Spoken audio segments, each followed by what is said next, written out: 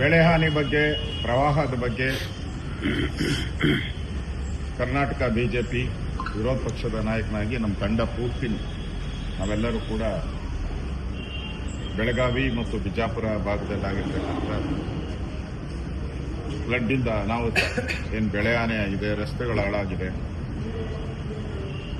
ಜನರು ಮನೆಗಳನ್ನು ಕಳ್ಕೊಂಡಿದ್ದಾರೆ. ಯಾರು ದಸರಾ ಹಬ್ಬ, ನವರಾತ್ರಿ ಹಬ್ಬವನ್ನು ಮನೆಗಳಲ್ಲಿ ಆಚರಣೆ ಮಾಡಬೇಕಾಗಿತ್ತು, ಅವರೆಲ್ಲರೂ ಕೂಡ ಇವತ್ತು ಮನೆಯಲ್ಲಿ ದಸರಾ ಆಚರಣೆ ಮಾಡೋಕ್ಕಾಗದೆ ಬೀದಿಗಳಲ್ಲಿ ನಿಲ್ಲುವಂಥ ಪರಿಸ್ಥಿತಿ ಈ ರಾಜ್ಯ ಸರ್ಕಾರ ನಿರ್ಮಾಣ ಆಗಿದೆ. ಈ ರಾಜ್ಯ ಸರ್ಕಾರ ಒಂದು ರೀತಿ ಕುಂಭಕರ್ಣ ನಿದ್ರೆಯಲ್ಲಿ ಮಲಗೋಗಿದೆ. ಇದಕ್ಕೆ ಮಳೆ ಬರೋದೂ ಗೊತ್ತಾಗಲ್ಲ, ಬಿಸಿಲು ಬರಗಾಲ ಬರೋದು ಗೊತ್ತಾಗಲ್ಲ, ಜನರ ಸಂಕಷ್ಟನೂ ಕೂಡ ಅರಿವಿಗೆ ಬರದೇ ಇರತಕ್ಕಂಥ ದುಷ್ಟ ಸರ್ಕಾರವನ್ನು ನಾವು ಕರ್ನಾಟಕದಲ್ಲಿ ನೋಡ್ತಾ ಇದ್ದೀವಿ. ಸಿದ್ದರಾಮಯ್ಯ ಅಂಡ್ ಗ್ಯಾಂಗ್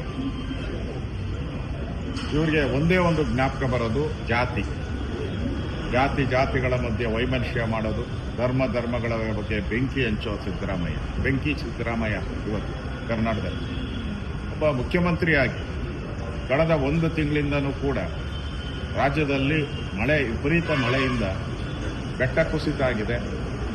ಮಲೆನಾಡು ಪ್ರದೇಶದಲ್ಲಿ ನಾನು ಹೋಗಿದ್ದೆ, ಸಕಲೇಶ್ಪುರ, ಹಾಸನ ಆ ಭಾಗದಲ್ಲಿ ಒಂದು ತಿಂಗಳಿಂದನೇ ಹೋಗಿದ್ದೆ. ಬೆಟ್ಟ ಕುಸಿತ ಆಗಿ ರಸ್ತೆಗಳೆಲ್ಲ ಹಾಳಾಗಿದೆ, ಮನೆಗಳನ್ನು ಕಳ್ಕೊಂಡಿದ್ದಾರೆ ಇರೋರು.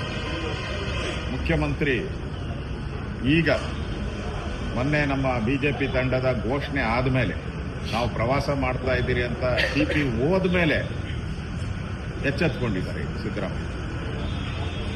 ಮತ್ತೆ ಅವ್ರದ್ದು ಹಳೆ ಡೈಲಾಗ್, ಸೇಮ್ ಡೈಲಾಗ್ ನೀವು ನೋಡಿ. ಇವತ್ತು ಏನು ಡೈಲಾಗ್ ಹೊಡಿತಾರೋ ಇನ್ನು 5 ವರ್ಷ ಆದರೂ ಅದೇ ಡೈಲಾಗೇ ಹೊಡೆಯೋದು. ಕೇಂದ್ರ ಸರ್ಕಾರ ನೆರವಿಗೆ ಬರಬೇಕು, ಕೇಂದ್ರ ಸರ್ಕಾರ ನಮಗೆ ಸಹಾಯ ಮಾಡಬೇಕು, ಇದು ರೆಗ್ಯುಲರ್ ಡೈಲಾಗ್. ನಾನು ಸಿದ್ದರಾಮಯ್ಯನವ್ರು ಕೇಳ್ತಾ ಇದ್ದೀನಿ, ನೀವು ಮೊದಲನೇ ಬಾರಿ ಮುಖ್ಯಮಂತ್ರಿ ಆಗಿದ್ದೀರಾ, ಕಳೆದ 20 ವರ್ಷದಿಂದ ಮಂತ್ರಿಯಾಗಿ ಕೆಲಸ ಮಾಡಿದ್ದೀರಾ.